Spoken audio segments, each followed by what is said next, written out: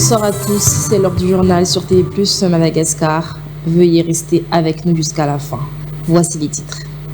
Le ministre de l'Intérieur et de la Décentralisation ignore tout ce qui concerne la nomination d'un PDS ou président de délégation spéciale à la tête de la commune urbaine de Tuléar, selon ses dires face aux informations qui circulent sur les réseaux sociaux.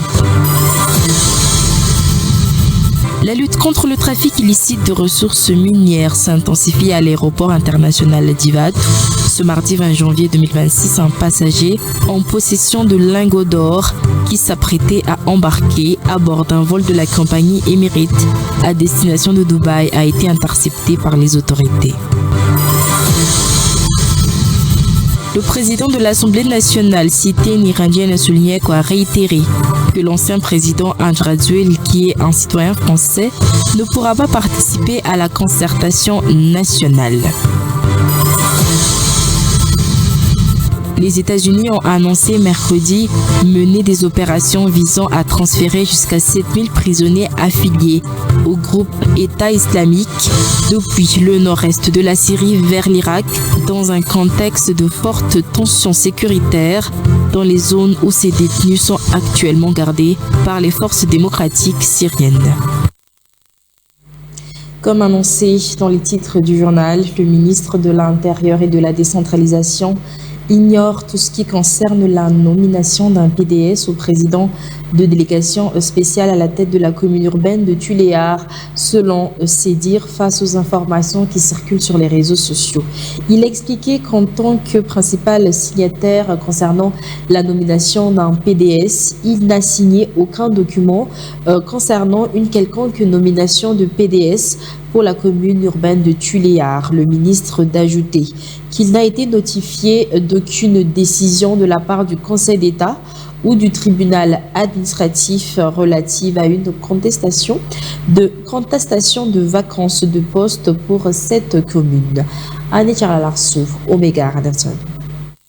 Le ministre de l'Intérieur et de la Décentralisation a lancé ce jour un appel au respect de la légalité en matière de prise de décision. Un appel lancé à l'endroit des autorités, des politiciens et des citoyens en général.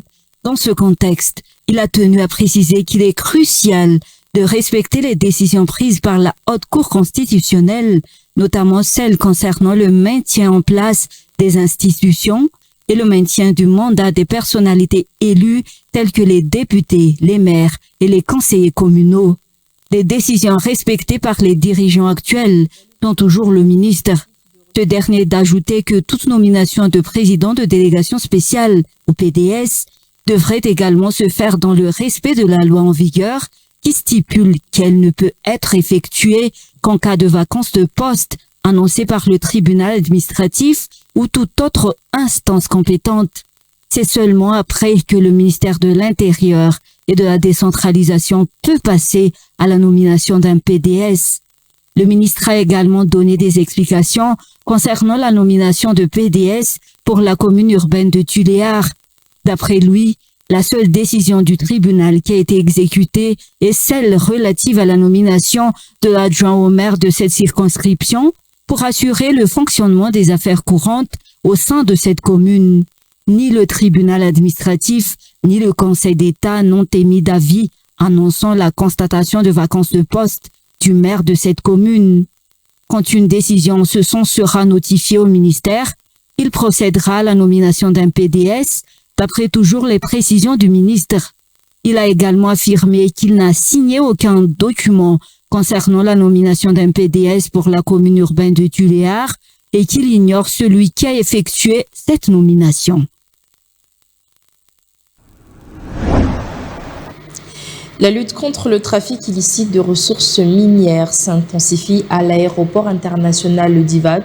Ce mardi 20 janvier 2026, un passager en possession de lingots d'or qui s'apprêtait à embarquer à bord d'un vol de la compagnie Emirates à destination de Dubaï a été intercepté par les autorités. Malgré la quantité relativement limitée, près de 780 grammes L'enjeu reste considérable selon l'Agence nationale antifraude ou l'ANAF. Cette saisie permet notamment de mieux comprendre les modes opératoires utilisés dans le trafic d'or à destination de l'étranger. Amtina Djembolola et Omega Nefzona nous rapportent les détails.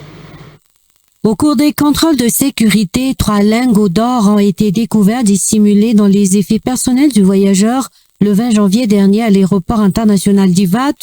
La marchandise saisie affiche un poids total de 788 grammes.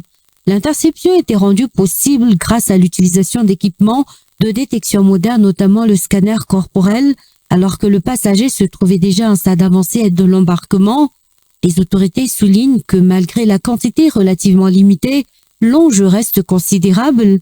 Cette saisie permet notamment de mieux comprendre les modes opératoires utilisés dans le trafic d'or à destination de l'étranger. Les contrôles seront désormais renforcés au sein de la plateforme aéroportuaire. L'enquête ne se limitera pas à l'interpellation du suspect.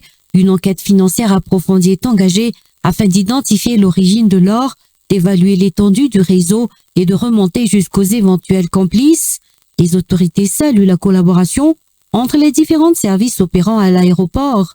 Elles rappellent que l'or est classé comme une ressource stratégique pour l'économie nationale et réaffirment leur détermination à lutter contre toute tentative de trafic portant atteinte au patrimoine du pays. Les autorités soulignent également que plusieurs responsables au niveau de l'aéroport ont récemment été renouvelés dans le cadre d'une réforme visant à durcir la lutte contre le trafic illicite au sein des infrastructures aéroportuaires. L'Agence nationale de lutte contre la fraude ou ANAF apporte un appui constant aux services opérant à l'aéroport afin de protéger les richesses nationales. L'or étant classé comme une ressource stratégique pour l'économie nationale, selon les précisions, un appel est lancé à l'ensemble des acteurs concernés afin de renforcer la coopération dans la protection du patrimoine national. Page de la politique, le président de l'Assemblée nationale, Sitini Randjen Assoulniek, a réitéré que l'ancien président Andradouel, qui est un citoyen français, ne pourra pas participer à la concertation nationale. Par contre, tous les ressortissants au Malagas y pourront y participer et pourront également apporter leur contribution pour sortir Madagascar de la crise politique, d'après ses explications. Le colonel Michael Randjeniri peut également se présenter à la prochaine élection présidentielle, car il ne fait qu'assurer l'intérim du président de la République suite à la vacance du poste de ce dernier. Zo Rabarton. Dans son interview accordée aux journalistes, le président de l'Assemblée nationale a indiqué que l'ancien président Andradouel, qui est de nationalité française, ne pourra pas participer à la concertation nationale initiée par le FFKM. L'ex-président de Madagascar a été déchu de sa nationalité malgache par le régime de la refondation de la République car il a été naturalisé français. Par contre, tous les citoyens malagasy du monde entier de nationalité malgache avérée, sans discrimination ni distinction ou d'orientation politique, peuvent participer à cette concertation nationale, a tenu à préciser Sitini Randjen Assoulniek, président de l'Assemblée nationale. Concernant la possibilité pour l'actuel président de la refondation de la République, le colonel Michael Randjeniri, de se présenter à la prochaine élection présidentielle, Sitini Randjen Assoulniek de souligner que le pouvoir en place n'est pas une transition, mais un intérim suite à la vacance du poste de président comme l'a déclaré la Haute Cour constitutionnelle. Donc, le colonel Randjeniri Michael peut se présenter librement à la future élection présidentielle, a précisé le président de l'Assemblée nationale, Sitini Randjen Assoulniek.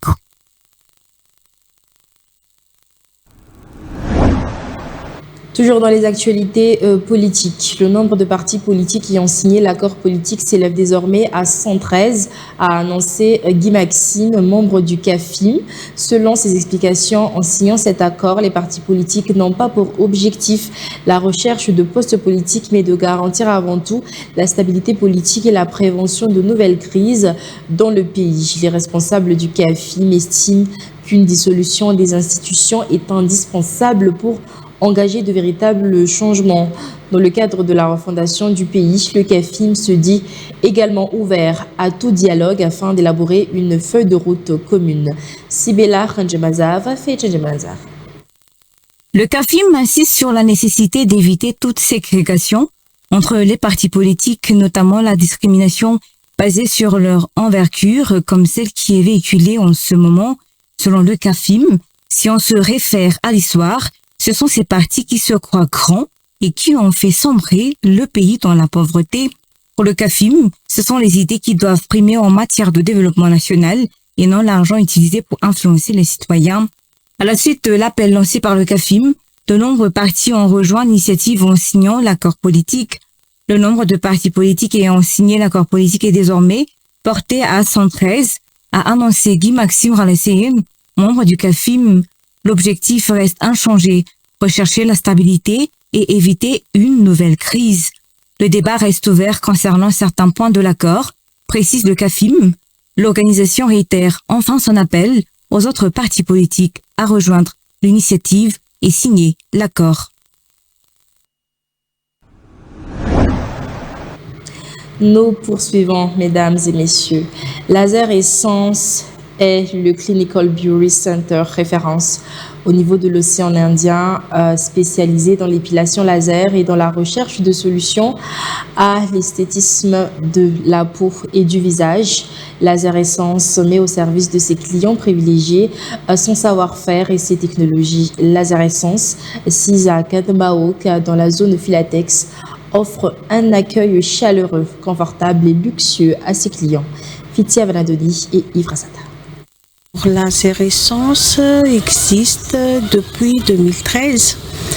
Alors, on fait ici des soins avec des technologies spécifiques pour chaque imperfection pour le visage et le corps. Et aussi, notre produit phare, c'est l'épilation définitive avec une machine laser de la marque Candela, la machine la plus sécurisée sur le marché. Et nous sommes le pionnier de l'épilation définitive dans tout l'océan Indien. Non, ça ne fait pas mal parce que nous avons deux machines. L'une, c'est pour l'épilation proprement dite, et une autre, c'est une machine à cryo, c'est pour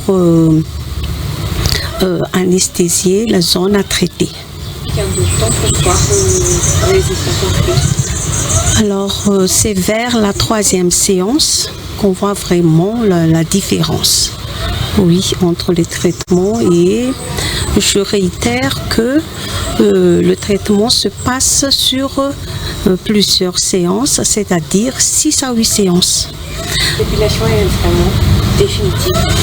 Non, c'est pas définitive parce que après quelques séances, on fait toujours une séance d'entretien qu'on fait une fois tous les ans. Comme je vous ai dit en premier lieu, on ne fait pas les choses à moitié ici, on est des professionnels et on travaille avec des professionnels, voilà. Il y a des suivis après les soins et le traitement, il y a des suivis pour les patients. Maintenant, place aux actualités internationales. Les États-Unis ont annoncé mercredi des opérations visant à transférer jusqu'à 7000 prisonniers affiliés au groupe État islamique depuis le nord-est de la Syrie vers l'Irak, dans un contexte de forte tension sécuritaire dans les zones où ces détenus sont actuellement gardés par des forces démocratiques syriennes alliées de Washington. Selon les autorités américaine. Cette initiative a pour objectif principal d'empêcher toute évasion massive, de réduire les risques de résurgence de l'EI et d'assurer une détention plus sécurisée de ces combattants. France 24. Combinaison orange de prisonniers abandonnés à la hâte. Des cellules vidées de leurs occupants. Au moins une centaine de membres du groupe État islamique se sont enfuis de cette prison du nord-est syrien où ils étaient détenus. Pas de Français parmi eux. Tous ont profité des combats entre les forces kurdes, qui administraient la région, et l'armée du nouveau pouvoir de Damas, qui cherche à reconquérir son territoire. La gestion des anciens djihadistes, un point épineux du chaos actuel. Après des affrontements, les Kurdes ont aussi été contraints d'abandonner le camp de Al-Hol, où croupissent 24 000 femmes et enfants de combattants syriens et irakiens.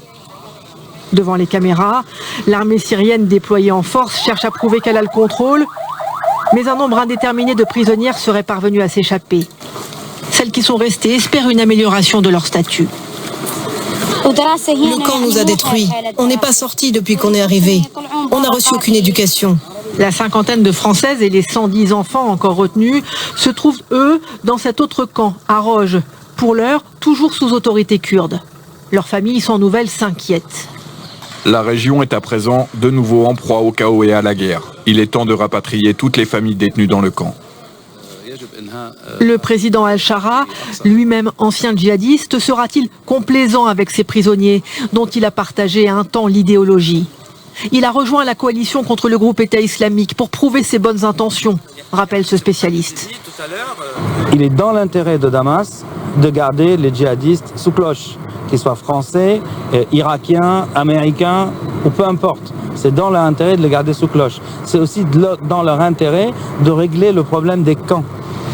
L'armée américaine annonce qu'elle a débuté le transfert d'une centaine de prisonniers ici, en Irak, pour soulager le pouvoir syrien et contrôler la sécurité de la région. Au total, près de 7000 combattants pourraient être concernés. L'été dernier, déjà, une cinquantaine de Français a été rapatriée en Irak.